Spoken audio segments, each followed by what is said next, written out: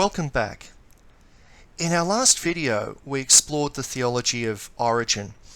Origen used Platonic philosophy to explore the relationship of the Son and the Father, who are both God, and explain that relationship in ways that were credible and intelligible within Platonic philosophy. As we found, though, that there were limits to that philosophy, and Origen's effort, even though it was very positive, ultimately failed. We turn in this video to Arius. The key insight of Arius is that the Son is not God, he's only a creature. There are two things that are very important about this key insight. The first is that many previous scholars, theologians, had tried to explore the relationship of Jesus the Son and God the Father in such a way that they could both be divine, but distinct persons. The problem was that no one had a philosophy or a way of thinking that could adequately explain that. The key problem, though, is how do we have the Son who is divine, the Father who is divine, different persons who are one God? Arius resolved that in a very interesting way, basically by denying it. His conclusion was that the Son is simply not God, so there's no problem. That's the first part of that insight. The second part of that key insight, that the Son is only a creature, that needs to be explained. Because the word creature is a technical word within theology.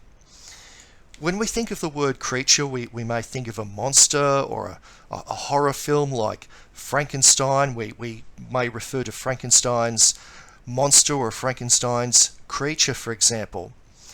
We may think of animals. We may, and I dare you now not to break out into song, we may think of all creatures great and small. In theology, the word creature means something different.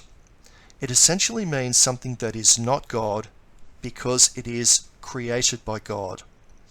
So when you see the word creature in theology, it's a technical word that distinguishes something from God. So we have God, who is the creator, and we have all creation made by God, which are God's creatures. So I hope that clarifies what is exactly meant by the key insight of Arius. That is, simply, the Son is not God, and also he is a creature that is something made by God. So who was Arius? Arius was a priest from Alexandria. He was born around about 250 AD. He died in 336 AD. He gave his name to the Arian heresy, which for many years has been called the arch heresy of the Church. The essence of Arianism is that the Son is not God, but that he is one of God's creatures. To get an accurate understanding of Arius, though, we need to go below the surface. On the surface, Arius denied the divinity of Christ. That's simple. But the question is why and how he did that.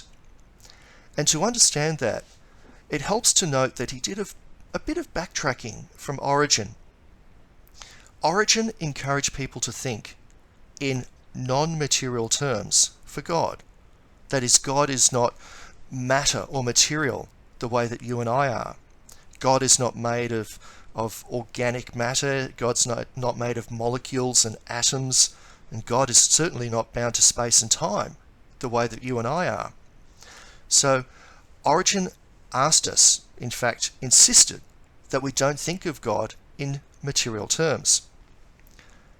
Arius, though, could only think in terms of material bodies. He had a very unsophisticated philosophy, so he could only think in terms of space, time, and matter. That is, to think on our human level of being. And with that limited philosophy, he reasoned that if the Son and the Father were both divine, and if they were therefore of one being, then God would have to be some sort of material body that could be divided into pieces. And that's critical.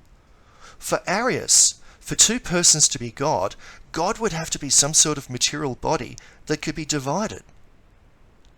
This is, and these are not Arius' words, but a way of explaining him. Arius would have reasoned that God would be therefore like a block of wood that is divided. It's cut in half, and you have two distinct halves of the block of wood. You have two separate bits of wood. They're of the one substance of wood, but they're distinct. The reality, though, is that God is not such a material body. He's not. And so Arius concluded that no one but God the Father could have the divine substance, and therefore the Son could not have the divine substance, which meant that he could not be God. From that starting point, Arius declared that the Son is not God, but he is a creature, that is, something made by God. Arius acknowledged that the Son is a perfect creature. He's unlike anything else that God has ever produced, but nevertheless, only a creature. The Son was not eternal like God, but made in time. So using his limited philosophy, Arius denied the divinity of Christ. He provoked a strong reaction in the church, and for some time the church was divided into the Arian and non-Arian camps. The church split and people went crazy over this. And this was in a time before Facebook and Twitter. There was what we would call in contemporary terms a flame war between those who embraced Arius and those who opposed him. Gregory of Nyssa, one of the fathers of the church, reported the way that people were debating these issues about God. He said there were marketplace debates about the nature of God, and he wondered whether their enthusiasm for these divine things was the result of, and I will quote him here, perversity, delirium, insanity, or some other kind of evil producing intellectual derangement. So if you are ever dismayed by the arguments and mudslinging that goes on in social media, it's nothing new. People used to do this in the marketplace. But in the first millennium, these marketplace arguments were about the nature of God. Is the Father God? Is the Son God? Is the Spirit God? And if the Son is God, how is it that we can have two divine beings, but only one God? Now, I do think, with all respect to Gregory of Nyssa, that his report is a little bit unfair. The reason that people were interested in these issues was not just to engage in armchair theology, but because these teachings went to the very heart of Christianity, and it had implications for our relationship with God. I've mentioned in a previous video that Christians believe that Jesus is the perfect revelation of the Father, and this is something that the Vatican II document Dave Urban picks up, that revelation itself, God's perfect revelation, is in Jesus. But why is this? It's because Jesus is divine, because Jesus is God himself, according to traditional Christianity. Because of that, he has a perfect first-hand knowledge of God. Why does the teaching of Jesus have great authority? It's because it's not the teaching of a human being, it's the teaching of God. And part of the Christian faith is that God has redeemed us not in a sort of remote or disinterested way, but God has personally gotten involved in human history through the incarnation of Jesus, that is, God taking on human flesh. This is why the issue is important. This is why Arianism is important. It's not because it disputes or denies an element of Christian doctrine, but it goes to the very heart of what Christianity is.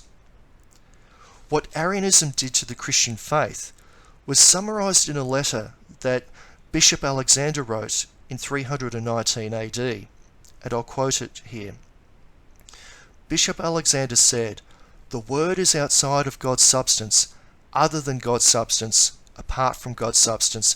In other words, the Word Jesus is not divine. He continues, the Son cannot tell all about the Father, for he cannot see the Father perfectly, and his knowledge of the Father is imperfect and precise. Indeed, the Son does not even know his own substance. Bishop Alexander reminds us that what we are dealing with in Arianism is not just a set of abstract propositions, but we are dealing with statements about the very nature of Christianity. Because if Arius was right, then Christians follow a man who said, I am the way, the truth, and the life. But he isn't. We follow a man who said he could tell us all about the Father with whom he was united. But he couldn't. We worship a Lord who Christians believe is the complete revelation of God. But he isn't. So what I'd like you to take from this reflection on Arius is that the reason he denied the divinity of Christ was because of a very limited philosophy. He could only think in material terms. The other thing to take away from Arius is the importance of the heresy, because he doesn't just deny certain opinions of armchair theology, but what he denied goes to the very foundation, to the very heart of what the Christian faith is. And that's why he's still called an arch heretic of Christianity.